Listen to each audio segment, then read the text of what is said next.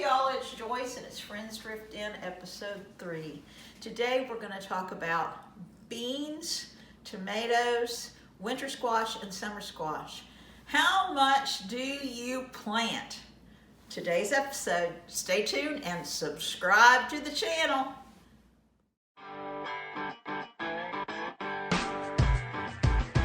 For old-fashioned recipes and your gardening needs, while sipping on Kentucky bourbon. You sit right back in your big red hat, we're taking rural back from the urban. Listen to the stories where Kentucky is proud, share the giggles with all of your friends. You all tuned in to Friends Drift In.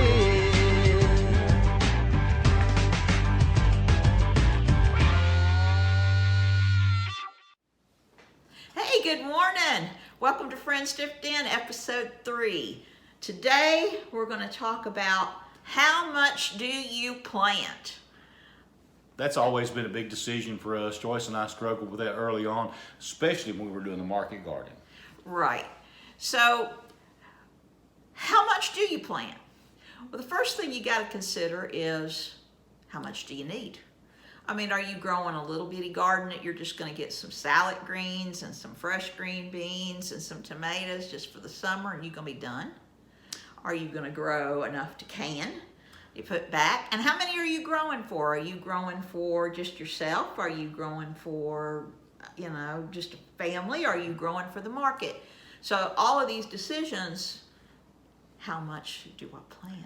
That was, again, big decisions for us. You know, we're a family of 2, but we're an extended family of about 8. My sisters, my nephews, nieces, and stuff. So that's something that and then the market garden was a totally different animal on top of that. So what we're going to talk about today, we're going to focus more on the family garden. Yes. And being sustainable, especially having food security in these uncertain times. Certainly 2021 has brought some sweeping changes already, and there's seed shortages. There is, there's this urgency to create your own food.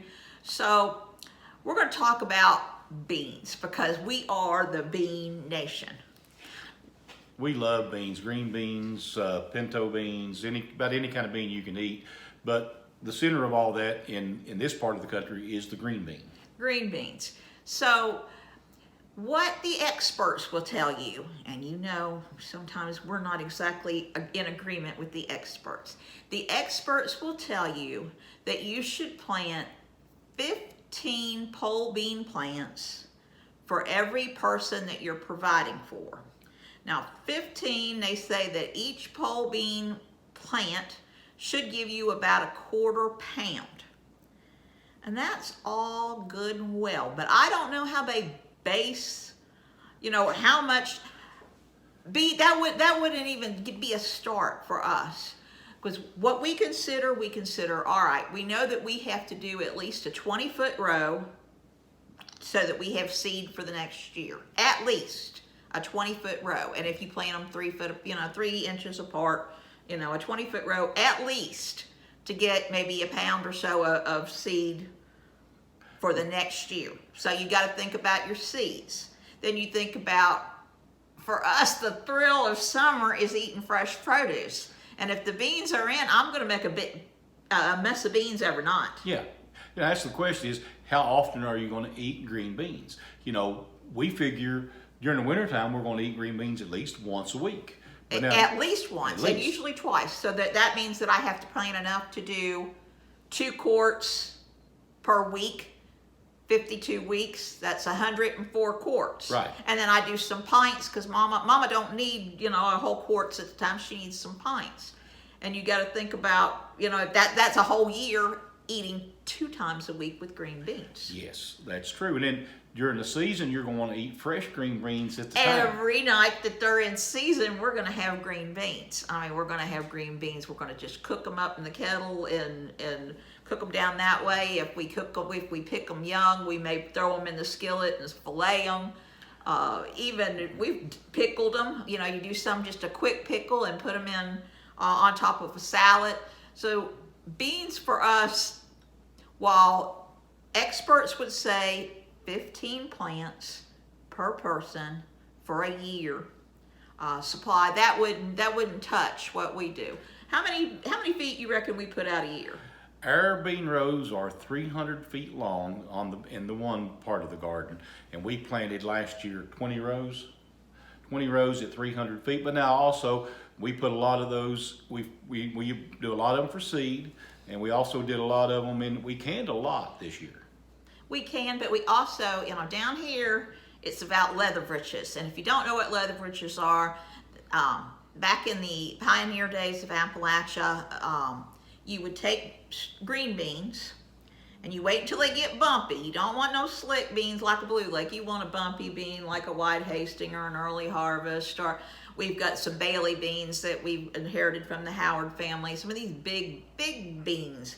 And what you do is you string the bean, so you break off the ends, you string it, and then you can either break it or not, and then you take a needle and thread and you strung them this way, stacked them high, hung them around the fireplace or hung them in a smoky place and let them air dry.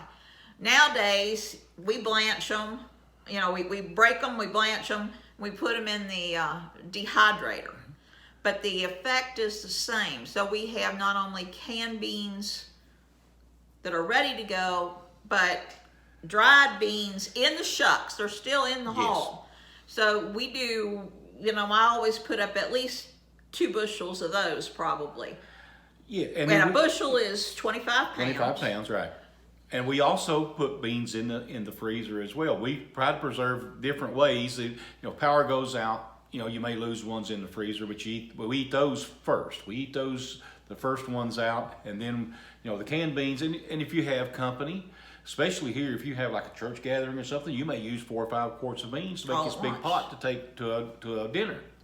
So how much beans do you need to plant? Well, you need to think about it. Don't just say, all right, the experts say. If your family eats a lot of beans, grow a lot of beans. Now, the trick to growing beans is to look at the maturity dates.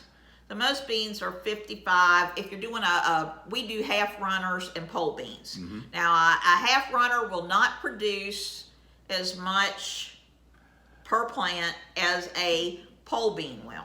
Pole beans they bear and they bear and they bear and they bear. Bush beans, you might get 2 pickings off of them, but they're a little bit quicker. So they're like 55 days. Yeah, and the white half runner is kind of a cross between a pole bean and a bush bean, hence the name half runner. They don't run half as long as the pole bean does. Right. So we put everything on, I call it state highway trellis, but that's not really what you call it. What do you call it? I think they're called snow fence. It's the yellow netting that you can put up. We buy that because it's an orange. It's heavy duty, and also one other bonus is that deer won't come through it. And you make it where they can't jump over it, and you close the ends off, and you keep them out as well. Deer like beans, y'all. Yes, they like beans a lot. So we always plant a couple extra rows just in case for the beans. But back to maturity dates on beans. So what we do is we don't want all of our beans coming in at once because, especially if I'm going to pressure can, and you can't pressure can at our commercial kitchen. Well, you could, but you would still be doing the same thing. You're going to get 8 quarts in my pressure canner? 7 or 8. 7 or 8, decide we're doing. And it takes a long time, and it's a hot, steamy process, and you don't want to be doing 4 or 5 rows all in one day, and you want to get them done fast. So what you do is, you may plant a row of the 50 maturity date, and then you plant a couple rows of the 70 maturity dates, which would be the pole beans, and you keep staggering that through the season. So that kind of gives you an idea how, you could keep planting and keep planting throughout the season. Now, you need to know your zone. Yes. Now, a lot of seed packets will have the photo of the zones on the back, but if they don't, you can always go, and we buy our seeds from a variety of sources, but Johnny's Seeds just has an excellent online library. It's an easy place to go, and they're up in the north, so they're not exactly the same as what we would do, but they have just got a wealth of information, and it's a great jumping off point. So, and Johnny's is a good product. We like Johnny's. Sometimes they're a little bit more expensive than the other, but we find their germination rate is awesome. but they have it on there. So we know that for Kentucky, where we are on 6B. And another thing, you got to look at your topography and everything too. Even inside of a zone, like we're at a higher elevation than most people in this zone. We know that, well, our county, Pike County, is one of the largest counties East of the Mississippi River. East of the Mississippi River. And what goes on at Shelby, which is up almost to the Virginia border, you know, they may be 2 weeks ahead of us in the spring, but their season is also 2 weeks done when we're still producing where we are for those extra 2 weeks. Our frost date, it's good to know your frost dates. So our frost date, April 15th, beginning in the spring, first frost in the fall around October 15th. Now we find that is a guideline. Give or take, as they say, you know. Give or take. So what that means is we want to know that when we're planting beans particularly, beans are frost tender, basil is frost tender. Those are things you want to kind of, you know, tomatoes are heat lovers, peppers are heat lovers, so you want to make sure you're getting them out a little later in the season. A lot of times we plant tomatoes and peppers, probably wait till Derby Day, which is the first Saturday or in May, or that, you know, that weekend, right in that vicinity. And we know that we have certain beans we planted when we, you know, everything was good. The outside conditions seemed favorable for planting the beans, but the soil temperature was still a little cool, and they rotted in the ground, and we were kind of floored because this is ones that grow or on the creek that, you know, it's been in the creek forever, but we got a little too eager. Yeah. And we lost those seeds, but fortunately we had more, and we had a friend that had some, so we were able to recover. And heirloom beans, that's the nice thing about heirloom beans. If you could get them locally from some ones that you know that have been grown in the area, then they've already been tempered to this zone. Right. So beans, how much do you plant? You got to think about how much your family needs. You need to calculate, all right, I want, you know, I'm going to eat beans once a week. Green beans, 52 quarts. Figure out how much will 52 quarts do you? That's once a week. Plus what you're wanting to eat fresh. Plus we suggest drying and freezing. Never put all your beans in one hat. Exactly. Well, you know, and always overestimate, because even if you have some left over at the season, they're still good. They're still good. So you can move on with those. But, you know, and that's what we always did here. At the end of every season, you go in and you take stock of what you got in your pantry, and then you would just refill what you used, and you keep that same amount. And if you have a little bit of extra, I mean, extra is always good, because some years are better than others. You know, some years crops fail. We had a good bean year this year. Last year, not so much. No, it was horrible. So beans is our very favorite. So we're going to start with beans. You know, we wanted to kick off this. How much do you plant with beans? And I know we kind of danced around how much do you plant, but you need to figure out what it is that you need. Now, you know, when you're doing your bush beans, you're going to get maybe 2 pickings off of them, and they're going to be, yeah. When you're doing a pole bean, you're going to get them in big flushes. So the thing to remember, if you're planting pole beans, you know, you probably get three, maybe 4, if you're just lucky, yes. You know, just depending on your soil and the climate, and, you know, if you're holding your mouth right, as we say down here. But you need to remember not to plant so many that you get overwhelmed and you can't get them up, because it takes a long time to can them or dry them or freeze them. It takes some time, and it takes time to pick them, and it takes time to get them cooled down and picked through and strung. You know, if I didn't have Mama, I wouldn't be able to do what I do. But Mama loves to string beans, and so we get it done. We had a really good year this year. Everything went really pretty well.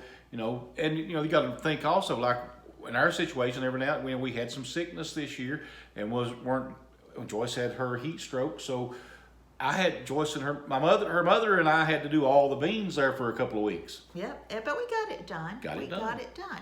Now, we do not grow dried beans like pinto beans or October beans or things that are black beans, garbanzo beans. We don't grow those. Now, we may change in years to come, but right now, you know, it's just, they're in the store, they're so cheap. and it's a lot of work to do beans, keeping the deer out, keeping the weeds controlled, picking them, the whole work that goes into beans. So at this point in time, we do not grow dried beans other than what we do for leather britches. You can. I have done it before. Yes. I have planted black beans out in the field that I bought at the grocery store, not that I bought at the seed store. You can. But for the space, pole beans and bush beans is really your way to go. Really, the half runner and the pole beans, you'll get more bean per acre, per space. Right. And that's, and you can plant less of those than you do the bush beans, because like I say, the bush beans, you get 2 pickings and they're done, and you only get a small amount per plant because they're so small. Right. So moving on to Moving on. tomatoes, which is my very favorite thing Now, in the whole world. We could tell you how many tomatoes to plant, but you will not like the amount of tomatoes that we plant. This year we put out, I think, 300 tomato plants In the high tunnel. in the high tunnel. And a few more and out a few in the field. outside, we actually use most of theirs for ourselves. We use some of them for our We do a jam tomato business. jam. We do for the business, but But this year we did a lot for ourselves this year. with 2020 being what it was, we're very transparent. Our sales weren't as good as they should have been. We were hampered by the situation. Yeah. So we put the tomatoes up ourselves. We put it up in sauce. We put it up in Juice, we salsa, dried it. dried tomatoes. So there, and it depends on what you're wanting. When you're looking to select tomatoes, there's the cherry tomato, the little tall saladette tomato, and then there's the slicers, and then there's the big meaty beefies. So you kind of got to know and the aromas, which is what we specialize in, aroma style. We like the Amish paste. Mm-hmm. But you need to remember if you're going to try to grow them from seeds, and we're going to talk about that Yes. next week. But if you're going, or even if you're going out and you're looking to buy the plants, you're going to see there's a couple of things that'll show up on the seed packets. One of them is determinate or indeterminate. And for the longest time, that was really hard for me to remember what was what. But this is the way I remember it. A determinate is determined to produce and be done. So it gives you the big flushes. If you're canning, you don't want to screw around and wait. You can't have just one tomato. You need a bushel of tomatoes just to justify heating up the kitchen and breaking, cleaning up the jars or doing what you're going to do. So a determinate will yield for a determinate amount of time. 2 or 3 pickings, you're done. And that's if you're lucky. And they're shorter. You'll get one big flush of tomatoes, and then you'll get a few to start right. with. Then all of a sudden you'll get this one big group, and then you'll get a couple small flushes, and they're done. They're done. Now we did that with the wheat. We did 2 types. We had the Roma, which is the determinate tomato, and the nice thing about the determinate is you put up one staking system and you're done. They grow to 3-4 feet tall, and that's it. And then we did the Amish paste, which are an indeterminate. There's 2 different paste. Amish pastes. Yes. So there's 2 different, and we thought we were getting the Yes. determinate. We ended up with the indeterminate. And I'm standing there in the field, and I've got pictures. Maybe I'll try to drop one of them in, where I'm reaching up way high to get the Amish, because they were the indeterminate versus the. And we grow those, and we could tell you all about it. We use what they call a lean method, where you drop them down and you keep tying them up. They'll grow to be 15, 20 That's in feet the tall high if you let tunnel. them. Tomatoes around here do much better in the high Yes. tunnel. We get a great production rate using a high tunnel, and we're going to do another episode. Yeah, on we'll do high a tunnel. whole show on high tunnels. tunnels. When the spring comes. But you're looking determinate, a big flush. If you're canning, that's probably what you want. Indeterminate, they come on whenever they take an ocean, and they go all summer. And that's usually what we do more for the fresh eating. That goes on our salads. That goes on, for us, sandwiches. We just eat it in the field and let the juice run down our arm. Slice tomatoes on a plate. With a pocket knife and eat it and go. So indeterminate, very independent. Produce when they want to. Determinate, that's what you want for canning. How many plants do you need? Tomatoes to us I mean, we use tomatoes for our soups all winter long. I mean, you know, I probably go through 6 or 8 pints a week easily when we're home, you know, during the winter. And maybe not so much in the summer, but I also do salsa. You know, we enjoy salsa with eggs and stuff for our breakfast. We like to do just juice. Sometimes when I'm in a big hurry, we do the juice because that's just fat, quick, and easy. Charlie drinks a lot of juice. It has a lot of potassium. Really boosts you up. Mm-hmm. And the thing about it is, you know, you're getting the better flavor. I mean, the tomatoes we're talking about are the Romas, are really old tomato varieties, and so you're getting that sweeter flavor. And you can adjust them to what you want. You can put the amount of salt in there. You don't have to put the extra preservatives in there. Like our tomato juice, we put a little bit of salt, a little bit of lemon juice, and that's it. Acid and go. And we don't. Now some people go on and they add their spices. We just don't do that because we never know what we're going to do from day to day. Yeah. I mean, I take a notion. Well, we're going to do Italian tonight. We're going to do Asian tonight. Hey, we're going to do hillbilly tonight. So I just leave it and we flavor to taste. You know, we cook as we go. We cook as we go. Tomatoes, heat, y'all, heat. So they like summer. You know, they do not like cool. If you're really trying to push the season a little bit, you need to get, and you're putting them out in the field and not putting them in a high tunnel, you need to get, Agribond is not my favorite. What is the one we use? There's another brand. I don't remember the brand, but Agribond, it's a light woven fabric. It's just a real lightweight cotton type fabric. It's really a polyester blend is what it is, and it's real light. It gives a, you know, you can cover your tomatoes and give them a little bit of protection and heat. Probably 5 to 10 degrees difference in protection. But you would need to, they're, you know, they get hot under there, and so I mean, if you're pushing it, you still need to come and uncover them during the day and cover them during the night, especially if you're getting them out really early, because tomatoes do not like cold. You know, if you plant tomatoes too, something that is, when you think about how much do I need to plant, we plant a second, we usually do a second crop. So like when we plant the tomatoes in the high tunnel, we go through and we prune those. And so when we take those prunings, I'll throw them in a bucket of water and let them root. And I may throw some of them down in the field a little later. And you can plant tomatoes even if you let them get leggy. You shouldn't let them. But if they do get what they call leggy, which means taller, then you can just plant them on their side and just let that top come out and cover it all with dirt. And what you're doing is you're giving the plant more roots, so it's getting more nutrients. And especially when you don't have time to stake sometimes, if they've got that heavier root system, they don't tip over as much, because you're always going to have to do either a Florida weave or you're going to have to stake them somehow. Right. We'll talk about Florida weave when the season gets done. We plant tomato. When you're planting tomatoes, how tight do we plant them in the greenhouse? In the greenhouse, Charlie? we plant them 12 inches apart. 12 inches apart, which is really tight. I think in the field, which is probably 18 to 24 inches apart, give them room to spread out. We plant them tight, but we do try to keep airspace between them, and we do a lot of pruning. That's why we prune them. So how much tomatoes do you need to plant? If you're in the, you know, I wouldn't even contemplate less than 24. Absolutely. I mean, that would be if I was mama and retired. Yes. You know, for us, you know, we keep 300. Yes. And we keep those on plastic, so we don't have to tend to them as much. You know, they're on a mulch.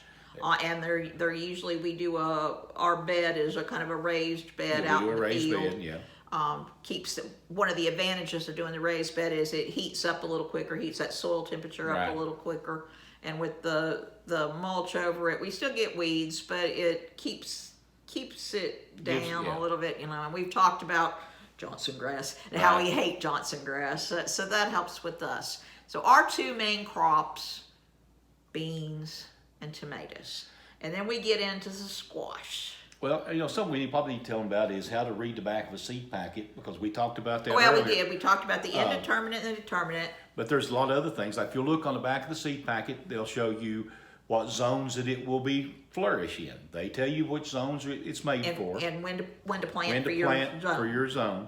They also tell you about length, how long it takes for them to fruit. Maturity dates from seed. Those are something you need to look at, and those are huge things in each area, because that way you tell you how long you have to get them. Like summer squash is 30 days, 40 days. Yeah, some of them are really fast. You know, something else that you might see we didn't talk about. We prefer heirloom. yes. You know, so they call that. Some may brand it as heirloom. Some may say open pollinated, because technically heirloom is supposed to be 50 years old. Open pollinated or heirloom, you can save those seeds as long as you have done your isolations so that they don't cross. You know, you have to figure all that out yourself, how far apart things go if you're wanting to save seeds so that they don't cross if you've got two different beans and you're trying to keep them pure. But so you want the open pollinated, you can save the seed. If it is an F1, that is the first generation hybrid. And we're not against hybrids. We use hybrids in some situations, especially in the market garden, but in our personal garden, we really like to go with the heirlooms. Heirloom tastes better. Downside is they're not as predictable, yes, and they're a little more on their delicate production. sometimes. You know, sometimes they're finicky and they've got to be babied. An F1 will pump. It should. If everything goes right, should pump out a lot of volume.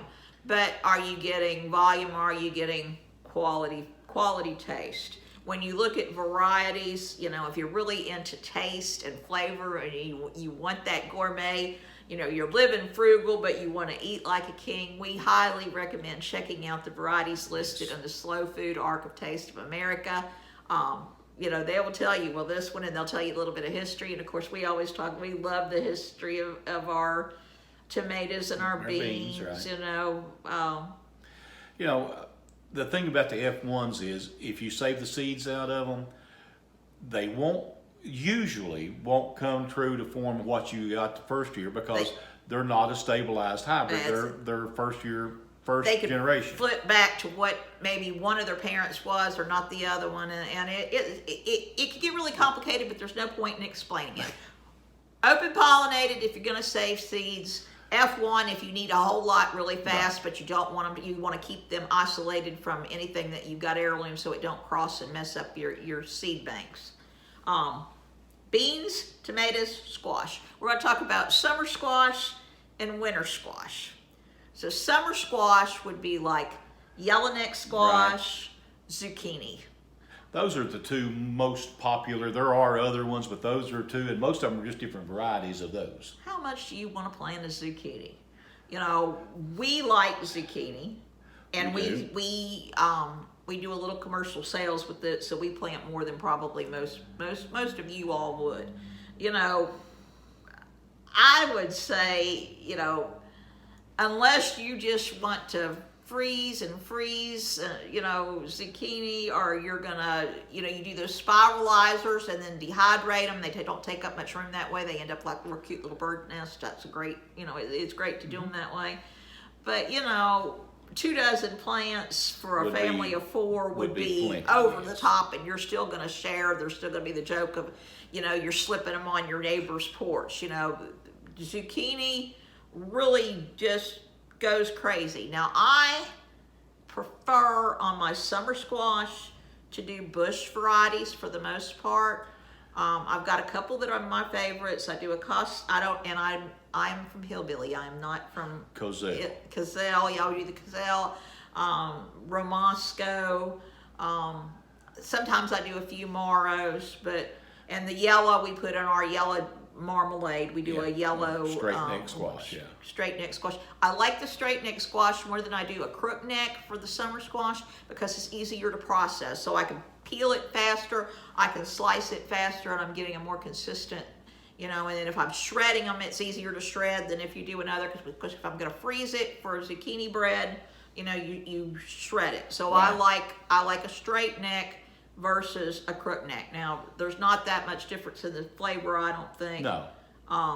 But I just think it's easier to process. But the bush variety, like she's saying, you got a determined amount of space that you got to work with. And we bought some plants last year, and we ended up getting a old-fashioned, I guess, rambling version of the summer squash, and it took over the whole garden. But that's okay. I mean, we didn't. We got plenty of squash. We needed them. You know, it was fine. We needed them because we had a commercial client. It was fine. It worked out. But you know, straight neck is just a little easier to deal with. Like I said, for a family of 4, I would think 20 plants would be, you know, 24 Yes. plants, 2 dozen plants be over the top. You know, maybe even half of that. It just depends on what you do. I mean, we like zucchini bread. So I mean, I freeze a lot of it. I shred it and freeze it. You know, we like zucchini in soup, so I chop some up and dehydrate it. We've done the spiralizer and kind of made noodles out of it. And we're still experimenting with that, but that, you know. Yeah, with yellow squash, you can make a hash brown out of it. Yeah, It's they like make a hash brown. really They're good hash brown. So, how much to plant? Maximum 24, unless you're yellow just and crazy. zucchini Yellow both, and probably. green, you know, Yes. that's a whole lot of zucchini. Yes. Then I guess we need to talk a little bit about winter squash. You brought that up, and that's one of our favorites. Is the winter squash. We're going to take 1 minute. We had a light blow, so there was a little explosion there for a second. But we were talking about winter squash. We are. So we do 2 different kinds of winter squash. We do the smaller, like the single serving ones, and the larger, like the pumpkins and the winter squash. So we're going to run them down really quick. Yeah, we do a cushaw, which is a really big one, makes great pies, but it is large, and you need to worry about how to preserve it. We freeze those and dry them. You know, most people would grow 4 or 5 plants of those. I mean, you know. We grow a whole row. We grow a row, but we share those a lot, and we like those. And also we grow some different pumpkins. We grow like a Kentucky field pumpkin, which is an old-fashioned pumpkin. We own Musée de Provence, which is my a favorite. French pumpkin. You don't want to grow very many of those because They're one huge. pumpkin puts out a lot of flesh. They're about, what, 30 or 40 pounds? They're 30 or 40 You know, pounds, they're very big, but they thick. make the We'll talk about those at a later date. best soup, Yeah, yeah. they make a great soup. We also do what we call a the smaller ones. We got the kabocha. We buy hybrid bonbon, which is a really good one. We also do a delicata, which is a good substitute for potatoes, which is kind of a cross between a sweet potato and a Idaho potato or an Irish potato, or as we call them up here, an Irish tater. And also we grow the spaghetti squash, one of our favorites. It's a substitute for spaghetti. Again, if you're on a diet, especially if you're a diabetic, it's really good because it cuts way back on your carbs. We love those. They're very delicious, and they'll store. We were talking about storage. Most of your little squashes will store probably up until March, but your big squashes, they can go into April and May storage if you've prepared them correctly. So we do probably 150-foot, 2 rows of those of the delicatas because we love the delicatas. And again, we're feeding 8 people. Yes. Then maybe a row of the kabachas and a couple rows of the Spaghetti squash. A couple rows of butternut squash. And a lot of butternut. We forgot the butternut. Butternut is a big deal for us. Butternut's We very versatile. love You butternut. can do it sweet or savory. You do a lot of different things with it. And you know, like I said, we buy a lot of our squash seeds and everything. We buy them from the Amish a lot because we get a lot of good heirloom seeds from them. And if you're going to do, you know, you need to look at the maturity dates because like some of our pumpkins are 120 days, which is really pushing our dates.